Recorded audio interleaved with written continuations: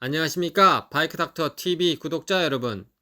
오늘은 대한민국 오토바이 현실 시리즈 제3탄 줄줄 새는 전기 오토바이 보조금이란 주제로 말씀드릴까 합니다. 연이어 올라오는 태풍으로 부산, 경남, 동해안을 중심으로 많은 피해가 발생하였습니다.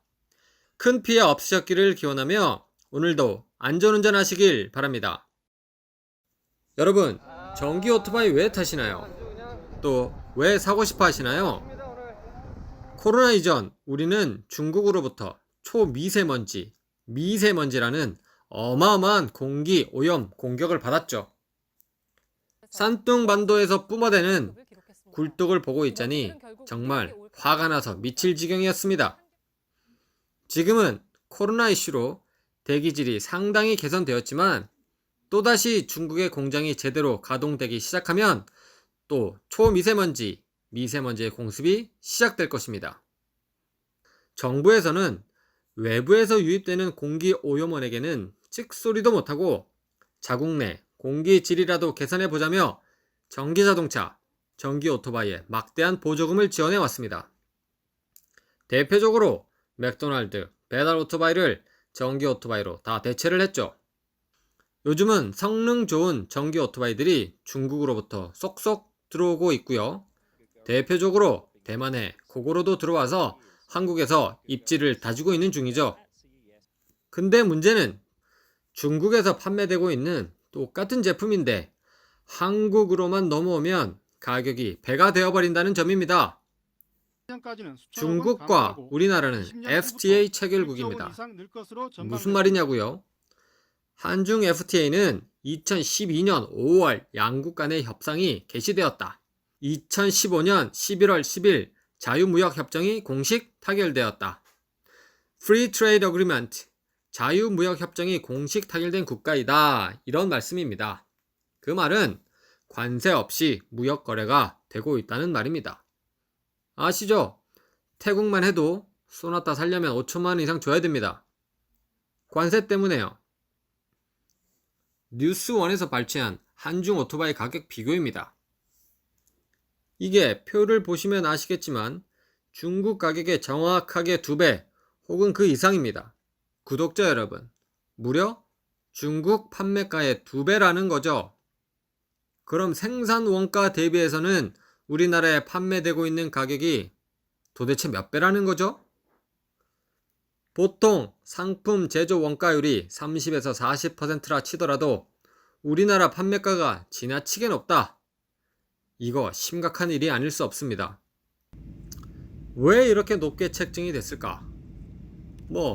많이 남겨 먹으려고 그러지 않았을까요? 이런 표현밖에 적당한 표현이 없습니다. 이렇게 남겨 먹어서 R&D에 투자했을까요? 더 좋은 전기 이륜차를 수입하기 위해서? 아닙니다. 그냥 남겨 먹은 겁니다. 자, 얼마나 남겨 먹는지 한번 볼까요? 중국 판매가가 170만원이라고 칩시다. 그럼 170만원에 가져오나요? 말이 안 되죠? 중국 제조 원가에 조금 마진을 붙여서 가지고 오겠죠. 거기에는 관세, 물류비, 보관료 등등 들어가겠죠? 관세요? 위에서 말씀드린 FTA 협정으로 없습니다. 있을 수도 있겠죠. 특별 관세라고 각 국가마다 금지하는 품목에 해당할 수 있으니까요. 낸다 하더라도 수입 원가의 10%? 수입 원가는 수입 업체들의 영업 비밀이니 당연히 공개하지 않을 거고요. 또한 원산지 증명 등등의 서류 작업으로 관세가 면제될 수 있는 조건들이 많습니다. 그 다음 물류비. 중국에서 부산까지 혹은 인천까지 20피트 혹은 40피트 비용으로 얼마나 들까요? 냉장 보관 조건도 아닐 테고 그냥 막 컨테이너 써서 들여오면 됩니다. 중국 내륙 운송, 국내 내륙 운송 합쳐서 많이 잡아도 컨테이너당 200 혹은 300만원. 대당 관세, 물류, 보관료 하더라도 미미하다 이 말입니다. 그 말인즉슨 나라에서 지급하는 보조금 자체가 수입업자들 호주머니로 쏙쏙 들어가고 있다는 거죠. 그 보조금이란 게 어떤 돈입니까? 바로 우리 세금입니다. 우리 피 같은 세금이 이렇게 낭비되고 있다는 게 화가 나지 않나요? 업체에서는 항변합니다. 중국산 제품과 스펙도 다르고 국내 인프라에도 투자를 하기 때문에 비용은 적정한 수준이라고. 대만의 고구려처럼 타이페이 전역에 스테이션을 설치한 것처럼 그렇게 하셨나요? 더 화가 나는 건 공무원들의 안일한 태도입니다. 보조금은 정부와 지자체에서 전기차, 전기 오토바이 구매를 하는 사람들에게 지원을 해주는데 전기 오토바이 보조금에도 사실 차등이 있습니다. 성능과 스펙에 따라서 차등 지급을 하겠다는 거죠. 성능이 더 좋은 전기 오토바이, 더 오래가고 힘이 좋고 이런 오토바이에게 더 지급을 하겠다는 건데 그 차이가 고작 10만원입니다. 중국에서 실제로 얼마에 팔리는지 조사를 하긴 한 걸까요? 관련 뉴스 한번 보실까요? 상들의 말처럼 정말 중국산 전기 오토바이의 국내 판매가가 적정한 것인지를 따져볼 필요가 있겠죠. 왜냐하면 정부 보조금이 전체 판매가의 3분의 2가량이나 되기 때문입니다. 하지만 환경부는 보조금만 지급하고 그 돈이 어디로 가는지는 내알 바 아니라는 식입니다. 환경부가 보조금을 지급하는 전기 오토바이는 모두 17개 차종입니다.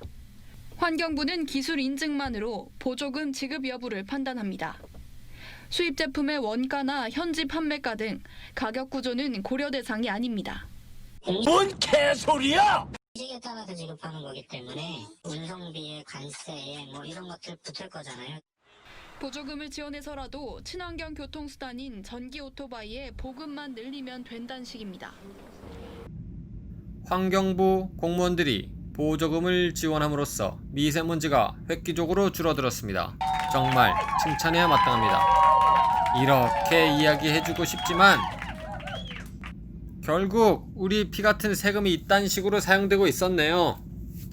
야이 삐랄라라 대림의 제피 대표적으로 언론의 문매를 맡고 있습니다. 중국의 종센샤와 같은 제품을 가지고 들어오면서 폭리를 취하고 있다, 이런 식의 기사가 여기저기서 나오고 있습니다. 그런데도 대림에서는 특별한 공문이나 행동은 보이질 않습니다. 이게 대한민국 1년차 현실입니다. 왜냐? 아무 관심이 없기 때문이죠. 현기차에서 이와 같은 짓을 했다면 어떻게 될까요? 난리가 나겠죠. 이륜차는 관심 없습니다. 대한민국에서 이륜차는 계륵 같은 존재이기 때문이죠. 버리긴 아깝고 있어도 뭐 특별히 티도 안 나는 뭐 그런 계륵? 바이크닥터 TV 구독자 여러분, 여러분의 혈세가 지금도 낭비되고 있습니다. 언론에서도 여러 번 이런 문제에 대해서 지적했지만 전혀 개선이 되고 있지 않습니다. 전기 오토바이에서의 최종 승자는 수입업체와 중국 전기 오토바이 제조 회사들입니다. 한국에서 눈먼 돈을 막 뿌려주고 있으니까요. 보조금을 주지 말자는 게 아닙니다. 수입업체들이 다 나쁘다는 게 아닙니다. 그 중에는 양심적인 수입업체들도 있을 거고, 하지만 애석하게도 대부분의 수입업체들은 그렇지가 않습니다. 말씀드렸듯이 현기차처럼 R&D에 재투자를 하는 것도 아니고요. 단순 마진을 과도하게 보고 있다는 거, 그게 문제라는 거죠. 그 마진이 우리가 낸 세금으로 지원되고 있다는 게 문제이고요. 그걸 공무원들이 방치하고 있는 게 진짜 심각한 문제이고요. 이건 도덕 불감증이라 해도 무방할 것 같네요. 반드시 개선되어야 할 대한민국 오토바이 현실입니다. 이상 바이크닥터였습니다. 감사합니다.